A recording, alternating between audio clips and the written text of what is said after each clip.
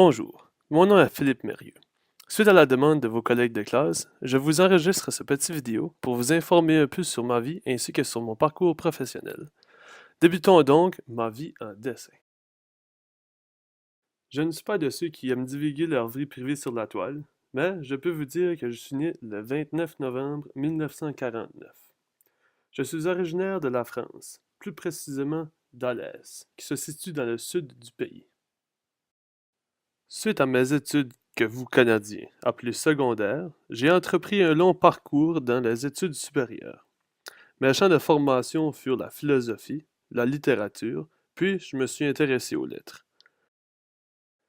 Après ma maîtrise complétée à Paris, j'ai débuté ma carrière d'enseignement. J'ai débuté celle-ci en philosophie au lycée.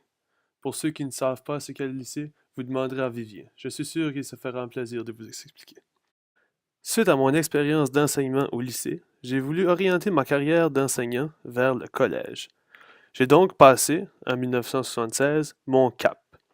Celui-ci m'a permis d'obtenir un poste à Lyon. J'étais devenu enseignant de français au collège.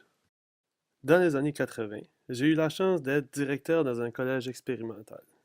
Ce poste fut capital pour mes recherches. Par la suite, j'ai eu plusieurs emplois, mais toujours dans le domaine de l'éducation. J'ai été membre du conseil des programmes. J'ai établi la collection pédagogique où j'ai publié la plupart de mes œuvres. J'ai été directeur de l'ISPEF, directeur de l'INPR, directeur de l'IUFM.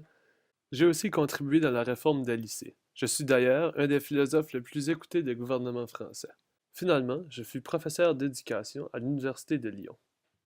Ma carrière ne s'arrête pas là. Oh non. J'ai aussi été responsable de la chaîne de télévision éducative Cap Canal pendant 3 ans. Pendant ces 3 années, j'ai eu la chance d'animer une émission qui s'intitulait Cap Info. Dans cette émission, nous traitions des questions pédagogiques qui se liaient à l'école ou à la formation des professeurs. J'ai aussi été l'auteur d'une série de 26 émissions télévisées diffusées sur France 5, L'éducation en question. Comme je suis un homme de lettres, je suis un auteur très prolifique.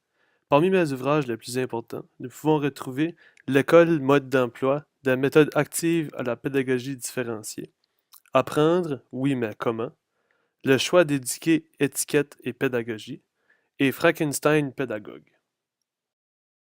Ces ouvrages exploitent principalement des théories sur les pairs, le travail de groupe et la différenciation. Mais attention, je ne parle pas de la même différenciation que vous.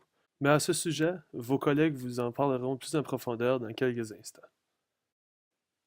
J'ai aussi milité pendant environ 40 ans pour une réforme scolaire. Comme je vous l'ai déjà mentionné, je fus l'un des philosophes les plus écoutés par le gouvernement.